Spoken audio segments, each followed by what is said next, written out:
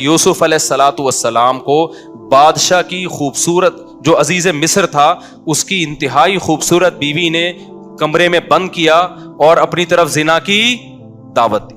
آج کا کوئی لبرل ہوتا نا کہتے ہیں ایکچولی ایک آدمی مسافر ہے, ایکچولی رشتہ ملنے کا بھی چانس نہیں ہے. ایک صاحب نے مجھے کہا کہ میں ہاتھ سے اپنی خواہش پوری کرتا ہوں, ایکچولی میں کیا کروں, میری شادی نہیں ہو رہی. مفتی صاحب یہ ٹوپی ڈرامے جو آج کل ڈاکٹروں نے بھی باز لگا دی اس کام پہ لوگوں کو. میں نے کہا میرے بھائی قرآن مجید میں اللہ کا حکم ہے الا علی ازواجہم, مرد اپنی خواہش بیوی کے علاوہ کسی اور راستے سے پوری نہیں کر سکتا. اچھا مسئلہ حیا کے خلاف ہے لیکن بتانا ضروری ہے, زوجہ سے کے ہاتھ کے ذریعے انسان ڈسچارج ہو سکتا ہے. حیا کے خلاف مسئلہ ہے لیکن یہ بہت پوچھتے ہیں لوگ, کچھ مسائل بولتے ہوئے مجھے خود ایک دماغ پہ بوجھ ہوتا ہے. تو زوجہ کے ساتھ تو یہ جائز ہے, اپنے ہاتھ سے اپنی خواہش پوری کرنے کی شریعت میں آپ کو اجازت نہیں ہے. تو اب خوب سمجھ لو, اللہ تعالیٰ نے مرد کو یہ حکم دیا ہے کہ وہ سوائے شادی کے اس کے پاس اپنی بیوی کے علاوہ اپنی خواہش پوری کرنے کا کوئی راستہ نہیں ہے. اب اللہ آپ کی اس مجبوری کو مجبوری نہیں مانتے کہ ایکچولی میں سفر میں ہوں, میں اسٹڈی کے دوران تو میں ہینڈ پریکٹس سے اپنی خواہش پوری نہیں کروں گا تو میں ڈپریشن میں جاؤں گا. تو بھائی تو شادی کرنا بیٹھ کے. اگر آپ یہ کہتے ہو کہ مجھے رشتہ نہیں مل رہا تو اپنا معیار گراؤ.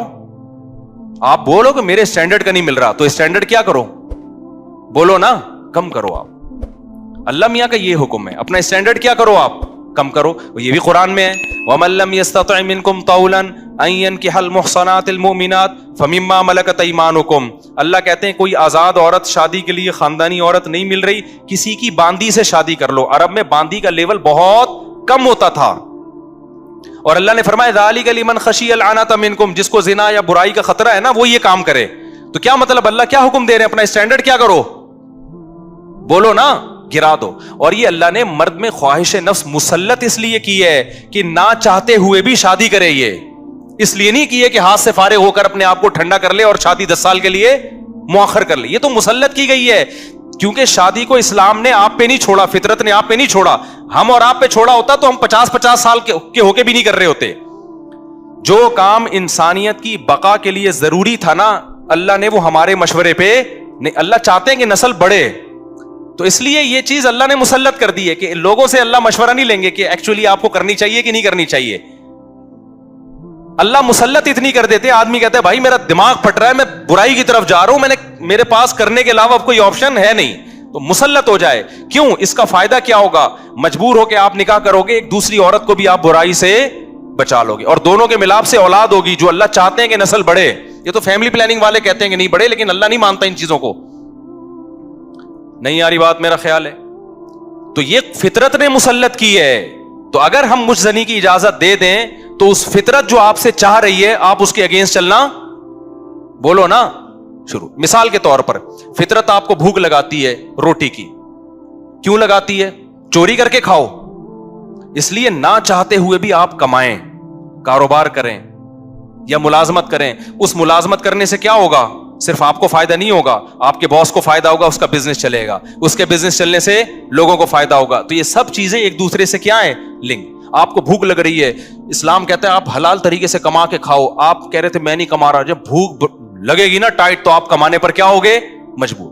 پھر آپ بزنس کرو گے, اس بزنس سے آپ کو بھی فائدہ ہوگا اور قوم کو بھی فائدہ. تو کچھ کام قدرت ہم پہ مسلط کر کے کرواتی ہے تاکہ لوگوں کو اس سے کیا ہو جائے, فائدہ, ہمارے نہ چاہتے ہوئے بھی فائدہ ہو جائے.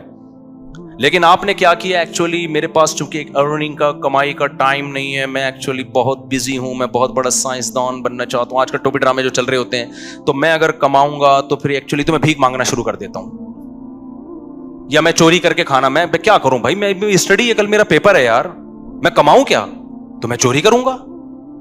چوری کرنے سے کیا ہوگا, پیٹ بھر جائے گا. ڈاکٹر کہے گا کہ آپ کے وٹامن سارے پورے ہو گئے ہیں. جس مفتی نے کہا تھا چوری نہیں کرو وہ آپ کی صحت برباد کرنا چاہ رہا تھا. جیسے ڈاکٹر جو مجزنی نہیں کرتے نا ان کو یہ کہتے ہیں مفتی لوگوں کے چکر میں نہیں پڑو, یہ تمہیں ڈپریشن کا مریض بنا دیں گے.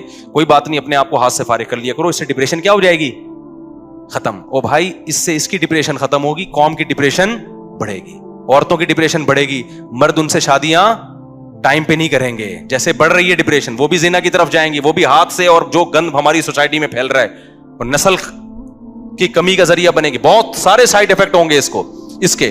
تو فطرت آپ پہ بھوک مسلط کرتی ہے, نہ چاہتے ہوئے بھی آپ روٹی کماؤ, امتحان کو مؤخر کر دو, کیونکہ روٹی کمانے کی فکر ضروری ہے, اس سے دوسروں کو بھی روٹی ملے گی, اس کو بھی بزنس ملے گا.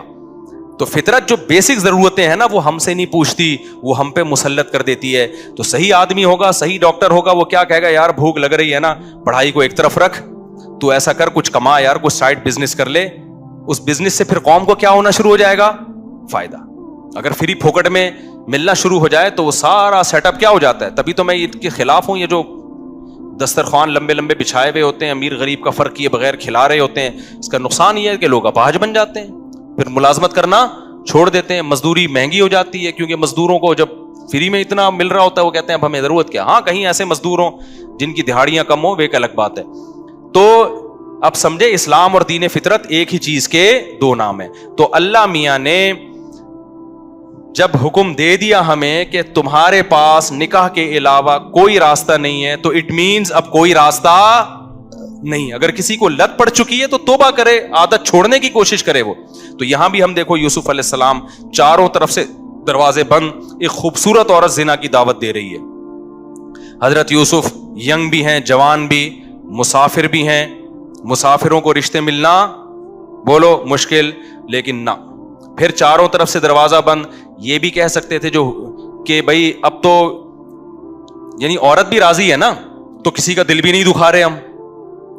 لیکن شرعی نصوص کیا ہیں کہ لا تقربوا الزنا, کسی بھی شکل میں زنا آپ کے لیے حلال نہیں. حضرت یوسف دوڑے بھاگے, جس حد تک اپنے آپ کو بچا سکتے تھے بچانے کی کوشش.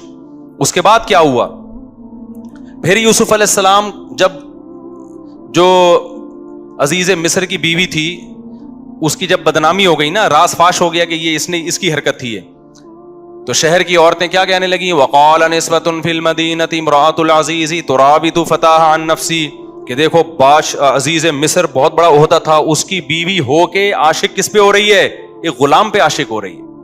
انا لنراها فی ضلال مبین, ہم سمجھتے ہیں یہ کھلی ہوئی غلطی میں, کیونکہ بھائی اس کا تو رائل فیملی سے ہے نا, تو اس کسی بادشاہ پہ ہوتی, چلو اپنے ملک کا اچھا نہیں لگ رہا اپنا میاں, تو پڑوسیوں کے کسی بادشاہ پہ ہو جاتی, شہزادے پہ ہو جاتی, اپنے گھر کے غلام پہ. تو قرآن کیا کہتا ہے کہ عزیز مصر کی بیوی نے مصر کی عورتوں کی دعوت کی اور ان کے ہاتھ میں چاقو پکڑا دیا, اور یوسف علیہ السلام کو حکم دیا یہاں سے نکل کے جاؤ.